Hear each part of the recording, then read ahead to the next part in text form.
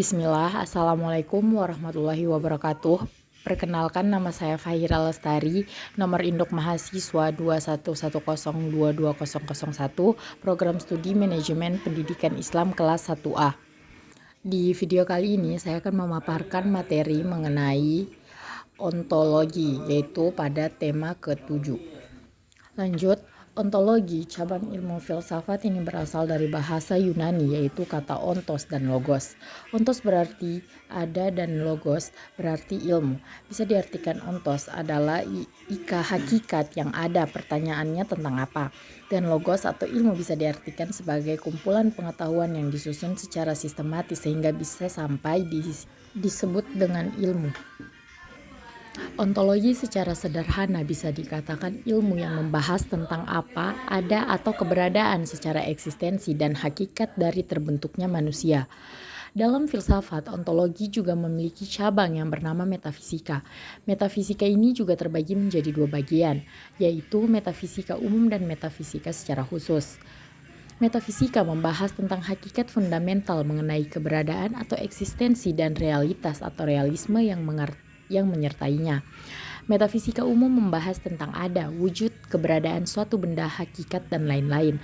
Sedangkan metafisika khusus membahas tentang kosmologi atau alam semesta atau dunia, antropologi yaitu manusia, dan teologi yaitu spiritual, keyakinan, dan ketuhanan.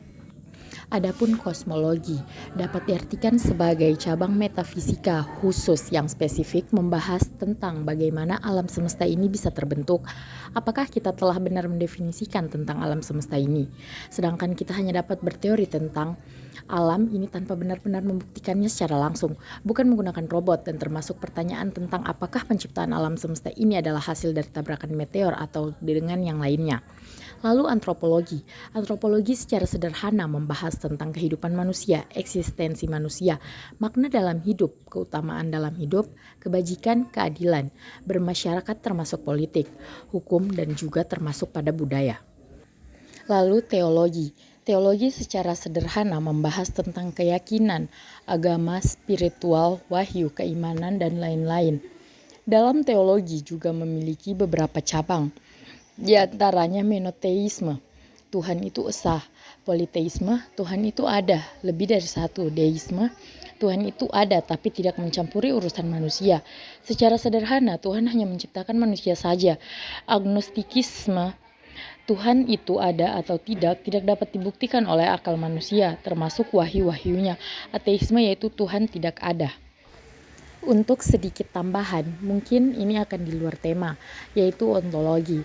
Pada era Yunani kuno, tepatnya pada zaman antroposentris, hidup seorang filsuf bernama Sokrates.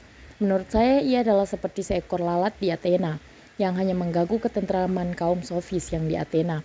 Ia berpandangan bahwa kaum sofis merasa ialah manusia yang paling pintar di dunia ini, dan Sokrates berpandangan bahwa ia tidak tahu apa-apa, padahal ia memiliki pengetahuan yang tinggi. Kutipan Sokrates yang terkenal ialah, "Aku tidak bisa mengajar apapun pada siapapun, tapi aku bisa membuat mereka berpikir." Itu adalah kutipan yang berarti Sokrates tidak bisa memaksakan pengetahuan muridnya untuk masuk ke pikirannya atau tidak. Tapi Sokrates hanya bisa membimbing muridnya untuk mendapatkan kebenaran atau pengetahuan. Sokrates memiliki metode mengajar tersendiri, yaitu yang pertama, Sokrates bertanya kepada muridnya dan muridnya memberikan argumen. Kedua, Sokrates memberikan pujian yang berlebih terhadap argumen itu. Yang ketiga, Sokrates mengkritik argumen dan mencari inkonsistensi pada argumen muridnya, dan ia membuat muridnya berpikir ulang pada pemikirannya itu. Dan yang keempat, Sokrates membimbing muridnya itu untuk mengambil kesimpulan yang tepat akan argumennya itu. Jadi, itulah metode Sokrates untuk mengajar di Athena pada saat itu. Dan saya menyukai metode Sokrates untuk mengajar. Sokrates membuat muridnya berpikir tanpa mengguruinya, atau dengan kata lain, mengajar tanpa menggurui. Sosok Sokrates ini di dalam karya ilmiah muridnya yaitu Plato. Karena Sokrates tidak pernah membuat karya ilmiah sama sekali, sehingga sosok Sokrates masih menjadi misteri sampai saat ini. Baiklah, mungkin itu saja pemaparan video saya pada kali ini. Mohon maaf apabila ada salah kata, karena kesempurnaan tidaklah pada manusia, tetapi yang memilikinya adalah Allah Subhanahu wa Ta'ala. Sekian dari saya, wallahul muwaffiq ila aqwamit thoriq. Wassalamualaikum warahmatullahi wabarakatuh.